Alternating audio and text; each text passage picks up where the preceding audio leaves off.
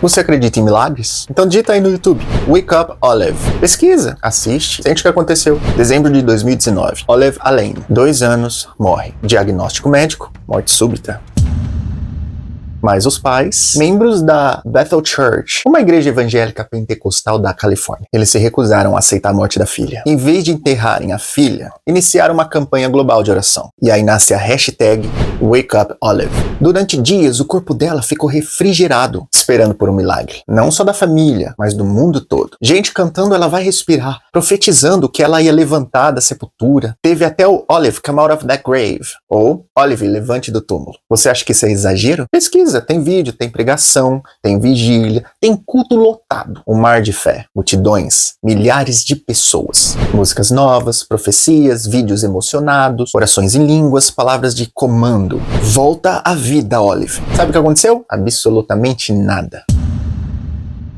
Olive, come out of that grave. Come out of that grave in Jesus' name. Let's go!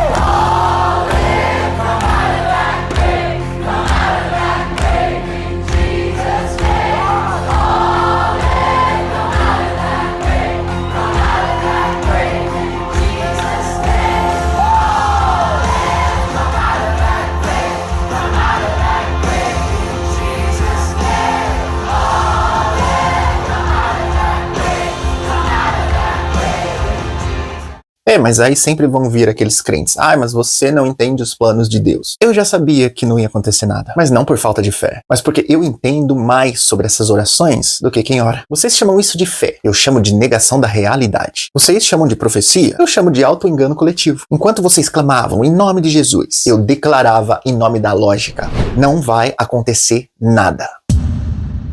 E eu tava certo mais uma vez. Eu sou mais foda do que aquelas profecias, do que aquelas orações. E sabe o que é pior pra vocês? Não é um milagre não ter acontecido. É alguém como eu ter previsto o fracasso da oração com mais precisão do que todas as profecias emocionadas que vocês inventaram. Sou mais coerente que todos aqueles gritos. Mais realista que todos aqueles choros. Mais honesto que todos aqueles Deus vai fazer. E agora? Agora me digam, quem realmente estava ouvindo a verdade? E aí surge a dúvida inevitável. Se Deus já tem um plano, então por que vocês oram tanto? Se era a vontade de Deus, por que lutar contra ela? E se Jesus prometeu que seus seguidores fariam obras maiores que ele fez, como diz em João 14:12, onde que estavam essas obras? A igreja dizia, Deus tem um propósito nisso. Mas se até o dia do levanta da sepultura foi marcado? Como assim ninguém sabia o propósito? Na Bíblia, Jesus ressuscita Lázaro depois de 4 dias. E aqui nesse caso, passaram 7. O que era para ser um milagre virou espetáculo. E o mais absurdo, nos dias seguintes, os próprios líderes da igreja mudaram o discurso. Disseram que não, que aquilo não era uma campanha oficial da ressurreição, que eram apenas orações normais, e que a história tinha sido interpretada errada. Mas os vídeos, os posts, os cultos públicos, os gritos de Wake Up Olive contam outra história. Uma história que a própria igreja registrou e publicou e compartilhou, até começar a doer na reputação, Enquanto isso, os pais da Olive ficaram com o luto adiado, a dor prolongada, e mais de $100 mil em doações vindas de gente do mundo inteiro. Mas a igreja, ela ofereceu apoio psicológico? Não. Pediu desculpas? Não. Só surfou na onda e deixou uma família emocionalmente despedaçada. A música, Come Out of That Grave, escrita durante tentativas de ressurreição, virou um hit. Mais de 6 milhões de plays no Spotify. E foi lançada no álbum Revival in the Air, em 2020. Lucro. Não milagre. E o que deveria ser luto virou performance. Mas o papel da fé é confortar ou prolongar a dor? Porque esticar o sofrimento com uma promessa vazia de milagre, quando tudo que a pessoa precisa é acolhimento, isso não é fé. É crueldade disfarçada de esperança. E os especialistas da Bíblia alertaram. A função da igreja ali era consolar. Não alimentar uma falsa expectativa. Não adiar a dor, não travar o luto, não negar a realidade. A fé prometeu ressurreição. A lógica previu que nada aconteceria. Quem que venceu?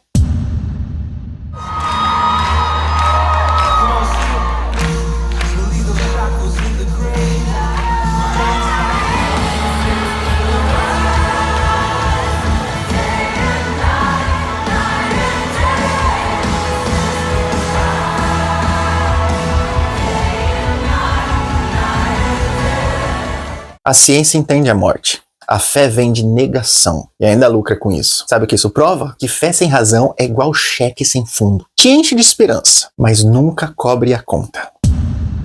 E olha só, se você acha que isso é intolerância religiosa, não é não. Isso aqui é honestidade intelectual. É dizer o que os líderes religiosos se recusam a dizer. A oração não ressuscita ninguém.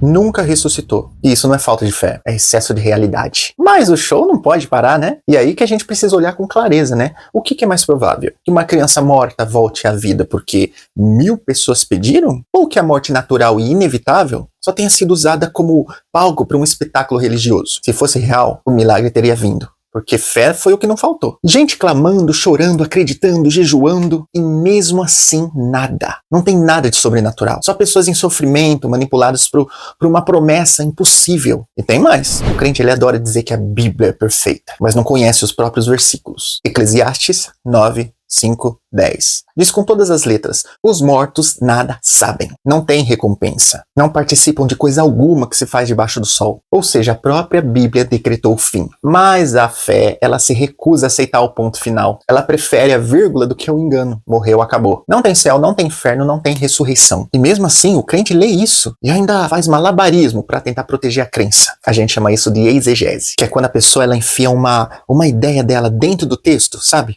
Mesmo que o texto diga o contrário. A morte da Olive virou símbolo de uma coisa. Até onde vão as crenças quando a dor é insuportável? E até onde vai a religião quando ela encontra lucro na tragédia? Se sua fé não te permite encarar a realidade, talvez ela não seja fé. Talvez seja só medo disfarçado de devoção. Pensa nisso. Assista aos vídeos. Pesquisa, porque milagre mesmo é quando a gente escolhe a verdade, mesmo quando ela dói. E olha só esse caso recente. Pediram orações para uma jovem, Eduarda Borelli, 20 anos, que sofreu um acidente grave na via expressa de uma cidade do interior de São Paulo. Estavam lá pedindo milagre, clamando por recuperação. 4 dias depois, ela morreu. Morte encefálica, entubada, sem saída. O milagre pedido não aconteceu mais uma vez. E o que isso prova? Que orações emocionadas, hashtags virais, vigílias públicas não trazem ninguém de volta à vida. Não curam e não restaram nada, nem ninguém. Se fosse real, a fé teria funcionado, mas não funcionou. E enquanto rezavam e compartilhavam, a dor continuou sem consolo real. Então vamos combinar. O crente disse que oração traz paz, traz resposta, mas aqui não trouxe nem resposta, nem resultado, nem sequer consolo. E é o mesmo padrão que vimos com Olive nos Estados Unidos. Grito, hashtag vigília e nada.